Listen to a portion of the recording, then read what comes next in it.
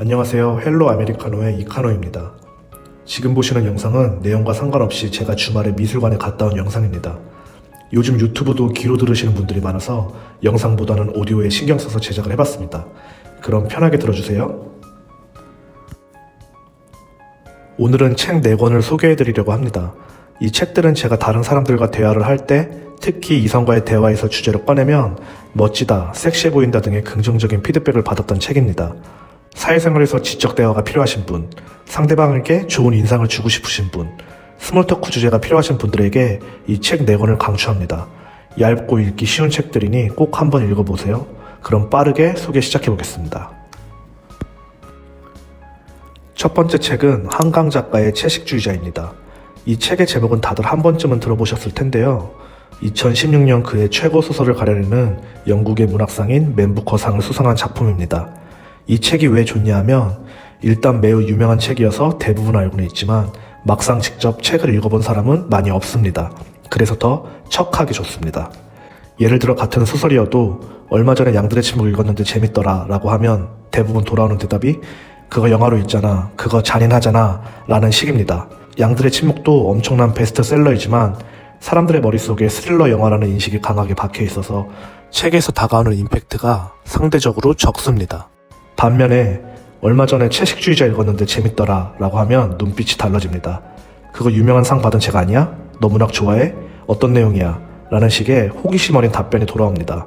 대화를 내가 주도해서 이끌어갈 수 있습니다. 그리고 채식주의자가 좋은 두 번째 이유는 글의 깊이가 다른 소설과는 차원이 다릅니다. 그 깊이를 말로 표현하기는 어렵지만 한번 읽기 시작하면 빠져들게 됩니다. 책을 좋아하지 않는 분들도 읽기 시작하면 멈추기 어려울 거라고 확신합니다. 특히 책에 이런 문구가 나옵니다. 그제야 아내가 온 것을 안 듯 처제는 멍한 얼굴로 이 편을 건너다 보았다. 아무것도 담기지 않은 시선이었다. 어린아이가 아니면 가질 수 없는 모든 것이 담긴 그러나 동시에 모든 것이 비어진 눈이었다. 아니, 어쩌면 어린아이가 되기 이전에 아무것도 눈동자에 담아본 적 없는 것 같은 시선이었다. 또 이런 문구도 있습니다.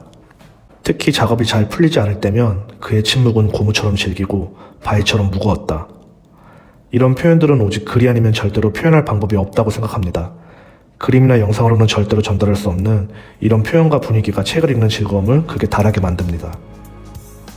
이어서 두 번째 추천책은 마음의 법칙입니다. 인간의 심리를 일상 속의 짧은 이야기 형식을 빌려 설명한 책입니다.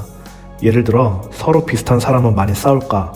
10초 만에 상대방의 마음을 얻는 한마디 등과 같은 우리가 일상에서 쉽게 접할 만한 주제로 인간의 심리를 재밌게 설명해줍니다. 이 책의 추천 이유 첫 번째는 사람의 고유의 심리를 알게 되면 타인의 행동을 더 빨리 이해하고 받아들일 수 있다는 점입니다. 즉, 마음이 넓어지고 공감 능력이 높아집니다. 이렇게 되니 주변 사람들이 저를 더 편하게 의지하는 것을 경험할 수 있었습니다. 그리고 마음의 법칙이 좋은 두 번째 이유는 이 책의 내용들이 스몰토크 주제로 매우 좋기 때문입니다. 예를 들어 직장에 껄끄러운 동료가 있어서 불편해하는 친구에게 책에 소개된 상호성의 원리를 인용하여 구체적인 해결책을 제시해 줄 수 있습니다. 이렇게 일상생활에 바로 적용할 수 있는 심리학 법칙이 51가지나 있습니다. 그래서 강추하는 책입니다. 그리고 추천하는 세 번째 책은 폴리메스입니다.